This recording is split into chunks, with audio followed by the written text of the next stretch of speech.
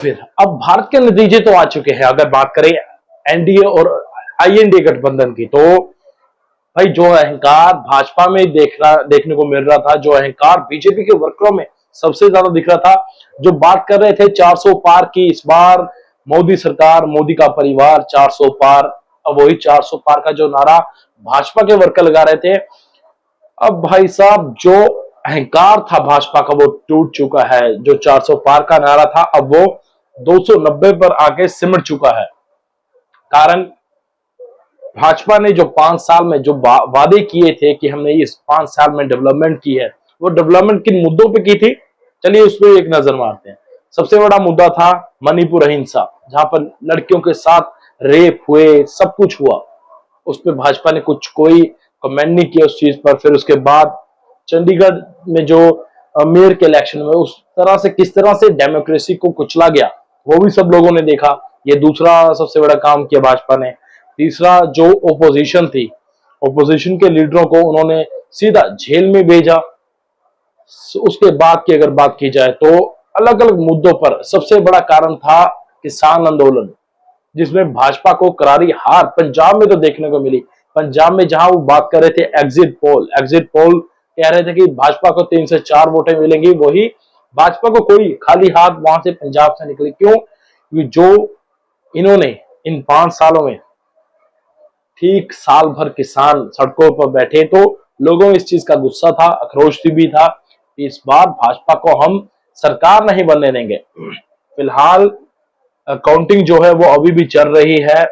जो इंडिया गठबंधन भाई सबसे ज्यादा अधिक लेकर जा रहा है, क्योंकि इंडिया गठबंधन अभी 236 सीट ले चुका है। तो वही एनडीए जो था, जो भारतीय जनता पार्टी, जो मोदी का परिवार था, 400 से हटकर वो अब सीधा 290 पे आ चुका है। तो साफ तौर पे हम कहें कि ये अहंकार जो है बीजेपी को काफी महंगा पड़ा है।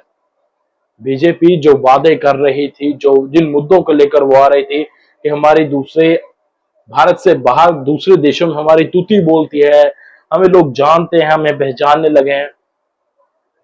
सबसे बड़ा यही देख लो कि इतना जानने लगे हैं कि बाहर के देश तो जान रहे हैं, बाहर के लोग भारत को जानने लगे हैं, लेकिन भारत के भीतर जो भारत की जनता है, उन्होंने ही भाजपा नरेंद्र मोदी को बिल्कुल दरकिनार ही कर दिया है। हालांकि एक चीज देखने वाली होगी कि इस बार प्रधानमंत्री कौन बनेगा, क्योंकि अभी भी काउंटिंग चल रही है। लेकिन भाजपा का 400 से 290 पर आना एक बहुत बड़ा सवाल है। क्या भाजपा अपने वर्करों को समझा नहीं पाई? क्या भाजपा ने कोलैबोरेशन नहीं किया? या जो कहें कि जो 2019 में जब भाजपा प्रधानमंत्री नरेंद्र मोदी जीते, तो कई जो पार्टियां थी उनके साथ उनका गठबंधन था, लेकिन इस बार उन्होंने गठबंधन तोड़ साफ तौर पर कहा कि इस बार भाजपा जो है वो अकेले ही चुनाव लड़ेगी। तो अकेले चुनाव लड़ने का नतीजा जो है अब भुगत चुके। यूपी में भाजपा जो है बुरी तरह से हारे। जिस मुद्दे को लेकर, राम मंदिर को लेकर भाजपा वोट मांग रही थी, वही अयोध्या से भाजपा हार चुकी है। अब प्रधानमंत्री कौन बनेगा वो तो समय पर पता लगेगा, लेकिन इस बार का जो मुकाबला है वो काफी मजेदार है।